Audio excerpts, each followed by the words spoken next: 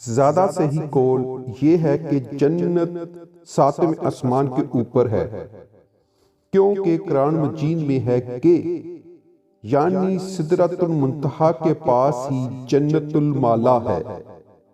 ایک اور حدیث میں یہ بھی آیا ہے جنت کی شرط عرش ہے۔ جنتوں کی تعداد 8 ہے جن کے نام یہ ہیں: دار الجلال، دار القرار، دار السلام، جنت العدن، جنت المالا، جنت الخلد، جنت الفردوس، جنت النعیم۔ حدیث شریف میں ہے کہ جنت کے 100 درجے ہیں، ہر 2 درجوں کے درمیان 100 برس کی راہ ہے۔ اور ایک حدیث میں یہ بھی آیا ہے جنتی لوگ جنت کے بالا خانوں کے اس طرح دیکھیں گے جس طرح تم لوگ زمین سے مشرق یا مغرب میں چمکنے والے تاروں کو دیکھا کرتے ہو۔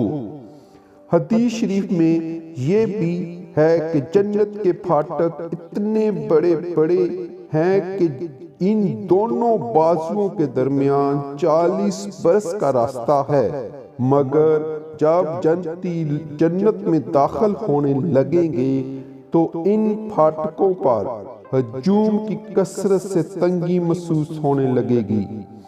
جنت کے باغوں کے بارے میں حضور اکرم صلی اللہ علیہ وآلہ وسلم کا ارشاد ہے کہ ناظرین، مومن جب جنت میں داخل ہوگا تو وہ 70,000 ایسے باغات دیکھے گا کہ ہر باغ میں 70,000 درخت ہوں گے اور ہر درخت پر 70,000 پتے ہوں گے، اور ہر پتے کی چوڑائی مشرق سے مغرب کے برابر ہوگی۔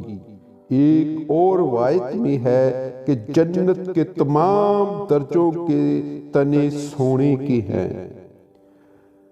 جنت کی عمارتوں میں ایک اینٹ سونے کی اور ایک اینٹ چاندی کی ہے، اور اس کا گارا نہایت ہی خوشبودار مشک کا ہے۔ اس کی کنکریاں موتی اور یاقوت ہیں، اور اس کی دیوار زعفران ہے۔ اور یہ بھی مروی ہے کہ ناظرین، جب عمارتیں نور کی اور بعض یاقوت سرخ کی اور بعض زمرد کی ہیں، جنت میں شیریں پانی، شہد، دودھ، شراب کی نہریں بہتی ہیں۔ ناظرین، جب جنتی پانی کے نہر میں پئیں گے تو انہیں ایسی حیات ملے گی، پھر انہیں کبھی بھی موت نہیں آئے گی۔ اور جب دودھ کی نہر میں سے نوش کریں گے ان کے بدن میں ایسی طاقت پیدا ہوگی کہ پھر کبھی وہ لاغر نہ ہوں گے۔ اور جب شہد کی نہر میں سے پی لیں گے تو انہیں ایسی صحت اور تندرستی مل جائے گی کہ پھر کبھی وہ بیمار نہ ہوں گے۔ اور جب شراب کی نہر میں سے پلائیں گے تو انہیں ایسا نشاط اور خوشی کا سرور حاصل ہوگا کہ پھر کبھی وہ غمگین نہ ہوں گے۔ یہ چاروں نہریں ایک حوض میں گر رہی ہیں جس کا نام حوض کوثر ہے۔ یہی حوض کوثر حضور اکرم صلی اللہ علیہ وآلہ وسلم کا وہ حوض کوثر ہے جو ابھی جنت کے اندر ہے، لیکن قیامت کے دن میدان محشر میں لایا جائے گا، جہاں حضور اکرم صلی اللہ علیہ وآلہ وسلم اس حوض سے اپنی امت کو سیراب فرمائیں گے۔